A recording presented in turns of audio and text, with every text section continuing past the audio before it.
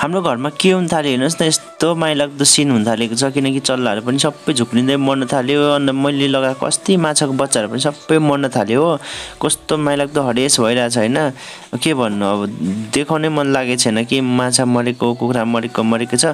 So once again welcome back to my new blog. आज पनि तपाईँहरूको लागि मेरो ब्लगमा स्वागत गरिसकेको छु। तपाईँहरूको माया साथ सबैले यसरी दिइरहनु होला ताकि तपाईँहरूको सामु यसरी म ब्लग कन्टिन्यू लिइरहनु पाऊँ है। आज म बिहानै मकैबारी खन्दै थिएँ, किन भनेदेखिलाई चाहिँ अस्ति आमाले अलिकति खनेर छोड्नु भएको रहेछ, त्यो चाहिँ मेरो लागि राखिदिनु भएको अरे। मैले यो वर्ष चाहिँ मैले कोदालै पक्रेन अरे नि त, त्यही भएर चाहिँ मलाई राखिदिएको अरे। म चाहिँ त्यो खनिसकेर चाहिँ बिसाइरहेको थिएँ, पसिना यति डरलाग्दो निस्किरहेको थियो होइन। अस्ति मुली र मुला रोपेर चाहिँ यो धनियाँ पनि सँगैटेको थियो नि त, यसलाई चाहिँ रोपिनँ किनकि यसलाई चाहिँ योपालि चाहिँ एक्स्ट्रा बनाएर रोप्ने, किनकि यसलाई चाहिँ पहिला फुटाएर चाहिँ मजाले पानीमा भिजाउने, किनकि ताकि यो छिटो उम्रोस् भनेर चाहिँ न्यू आइडिया सिकेको। तपाईँले थाहा छ कि छैन, यसो गर्दाखेरि कस्तो हुन्छ भनिदिनुहोस् है। मैले चाहिँ यसै गरेर रोप्ने विचार गरेको छु।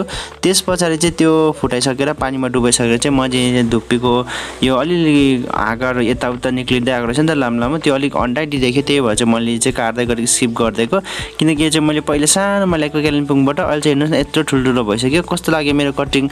बाजे चाहिँ यहाँ खिड्कीमा बसेर खाना खाँदै तल माछा हेर्नुहुँदै थियो। बाजेले यति मजाले माछाहरू खेलेको हेर्नुहुन्छ कि।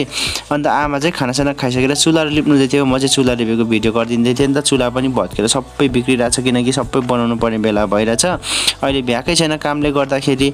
कतिजनाले भन्दै थियो कुकुर पाल्नुहोस् न भनेर, तर कुकुर चाहिँ हाम्रो चाहिँ होइन है, अरूको घरको आएर बसिन्छ नि त यसरी। तर भाइ ल्याउन आएछ आज चाहिँ, कुकुरको बच्चा चाहिँ लगेर गयो। अनि गाउँथालीको गुड हेर्दै बसिरहेको थिएँ किनकि दुईवटा जोडीले चाहिँ यहाँ माथि अन्डा छ कि बच्चा छ, सायद बच्चा त छैन होला, अन्डा होला। म यताउता गर्दै थिएँ नि त। गाउँ बस्तीमा यस्तो अरमा चलिबस्छ। मेरो चाहिँ आज दाउरा बोक्नु थियो, मेरो टर्न चाहिँ। त्यसपछि मैले माथि दाजुभाइलाई बोलाएको थिएँ, दाजुभाइ नै आइदिएछ। त्यस पछाडि चाहिँ आज घाममा चाहिँ दामी दाउरा बोकाइ हुन्छ अन्त हामी कुरा गर्दै जाँदै थियौँ दाजुभाइ। तल बारीमा हेरेको बत्तिम बारी खन्नुहुँदैछ। बत्तिम चाहिँ यति साह्रो जोक गर्नुहुन्छ, यति साह्रो रमाइलो गर्नुहुन्छ नि के कुरामा के भनिरहनुहुन्छ। हामी चाहिँ फेरि भारी बोकी सुन्नुपर्ने उसको गफ है। यस्तो थाकिरहेको मान्छे, घाम लागिरहेको माथि भालुको कान पक्रिएपछि छोड्दै नछोड्नु भन्छ नि, त्यस्तै भइरहेछ किनकि घाम यस्तो लागिरहेको थियो। भाइले चाहिँ नबोकौँ, आज 3 जना मात्रै रहेछ, हामीले बोकी पनि सक्दैन, नबोकौँ भनिरहेको थियो। मैले भने फेरि आज बल्ल मौका जोडेको, बोकिहाल्नुपर्छ भने चाहिँ बोक्दै थियो। अन्त आमाले चाहिँ ल्याइदिँदै थियो, हामीले चाहिँ ब्ल्याक टी खाइसकेर फेरि भाइले देखाउँदै थियो आफ्नो केसको कला हेर्नु न। हामी सबैजना बसेर हेरिरहेको थियो रमिता। त्यसपछि हामी कन्टिन्यू बोक्नतिर लाग्यौँ। घाममा चाहिँ बन्जरो पनि त्यस्तै छ हेर्नुहोस् न, मेरो बन्जरो चाहिँ यस्तो हरेस लाग्दो भइरहेछ, दुईपट्टिबाट काट्दा पनि हुने भइरहेछ होइन। त्यसले नै दुःख काट्दै थियौँ। अनि त्यसपछि हामी लास्टमा बोकिसकेर देखाइदिएको तपाईँहरूलाई। यो चाहिँ हामीले यति बोक्छ दिनभरिमा चाहिँ ढाडहरू पनि पिल्च्यो। आज त हत्तु भयो, पसिना खल भयो। त्यसपछि खानासाना खाइसकेर चाहिँ म चाहिँ बजारतिर लाग्यौँ। बजार चाहिँ किन गएको भन्दाखेरि चाहिँ माथिनिर दिदीले सामान ल्याइदिनु भएको रहेछ, त्यहाँनिर जाँदै थिएँ। जाँदै बाटोमा हेर्नुहोस् न यति मजाको फापर फुलेको देखेँ। म त यो फापर फुलेको देखेर त छक्कै परेँ, यति मजाको फुलिरहेको थियो होइन। यो चाहिँ फापर होइन, कुनै सिनहरू राखेको जस्तो होइन, सिनै भइरहेको थियो, यस्तै मजाको फुलिरहेको रहेछ फापर। स्कुटी राखी हेरेको हेर्नुहोस् न कस्तो मजाको हो। त्यहाँको भ्यूहरू देखेर चाहिँ म चाहिँ एकछिन चाहिँ छक्कै परेँ होइन। भिडियो गरौँ लागेर स्कुटी रोकी भिडियो गरेँ। फापर चाहिँ यति मजाको, यो धानबारी लामो कान्लामा चाहिँ रोपेको रहेछ नि त फापर।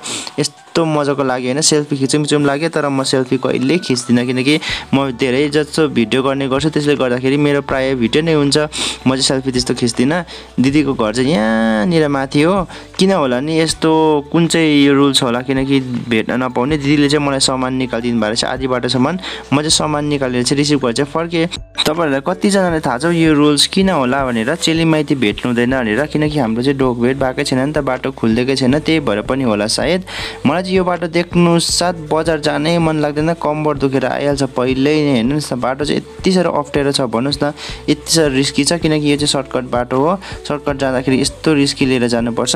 सामान चाहिँ लिएर आएको, सामान चाहिँ एकदमै भारी रहेछ। तपाईँहरूले पनि के रहेछ देखाउँछु है, हेर्दै गर्नुहोस्। अनि त्यसपछि घर पुगेँ, अनि सबैजनालाई बोलाएँ, आमालाई पनि बोलाएँ, बाजेलाई पनि बोलाएँ। सामान दिदीले पठाइदिनु भएको रहेछ। आउन चाहिँ हेर्नु भनेर चाहिँ कोठाभित्र लगेको त छैन, त्यो त करेन्टै छैन। लु किचनमा, हाम्रो अर्ग्यानिक किचनमा हेर्नुपर्छ भने चाहिँ त्यहाँनिर खोलेर हेरेको।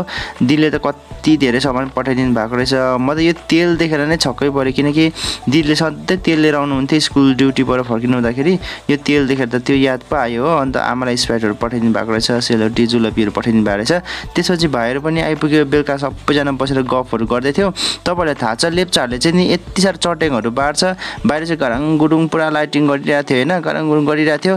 भाइहरू चाहिँ हाँसेकै थियो होइन, आम्मामा पुरा थुथु गर्दै हाँसेकै। म चाहिँ फेरि यिनीहरूसँग कुरै नमिलेर हाँसेकै म पनि त्यत्तिकै हाँसिरहेको थियो। आजको भ्लग चाहिँ सो यतिमै, सबैजनालाई bye bye, see you in the next vlog.